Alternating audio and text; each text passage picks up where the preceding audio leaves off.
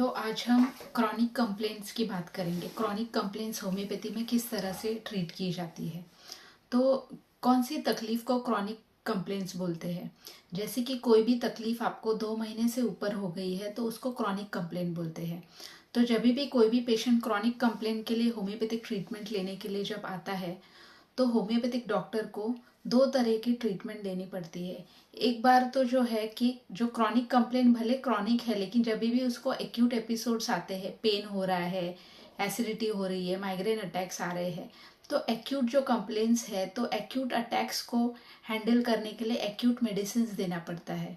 और जब ये एक्यूट अटैक्स जब थोड़े कम हो जाते हैं, इंटेंसिटी कम हो जाती है, तो उसके लिए फिर उसके बाद में टेंडेंसी करेक्ट करने वाली मेडिसिन देनी पड़ती है जिससे कि वो अटैक्स बार बार ना आए। और तीसरी बात कि बहुत बार पेशेंट जब होम्योपैथिक डॉक्टर के पास आता है तो बहुत सारे ट्रीटमेंट करवा के आता है। बहुत सारे ट्रीटमेंट के फिर उसकी बॉडी में साइड इफेक्ट बने रहते हैं, तो बहुत बार तो वो साइड इफेक्ट को भी कम करना पड़ता है, तब जाके होम्योपैथिक मेडिसिन एक्ट करती है।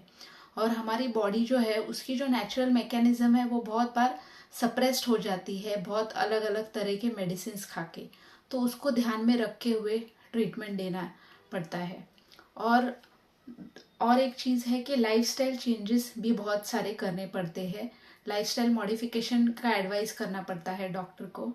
और पेशेंट को बहुत ट्रीटमेंट जो है क्रॉनिक कंप्लेंट के ट्रीटमेंट के लिए जब पेशेंट डॉक्टर के पास जा रहा है, होम्योपैथिक डॉक्टर के पास जा रहा है, तो वो ये माइंडसेट से बिल्कुल ना जाए कि मेरा एक ही कंसल्टेशन में पूरी तरह से मुझे ठीक हो जाएगा। नहीं, आपको कंसल्टेशंस ज़्यादा लगेंगी ही, क्योंकि आपको पूरी तरह से ठीक होना है और इसके लिए आपको होम्योपैथिक डॉक्टर को टाइम देना ही है, तो ही आप पूरी तरह से ठीक हो सकते हो।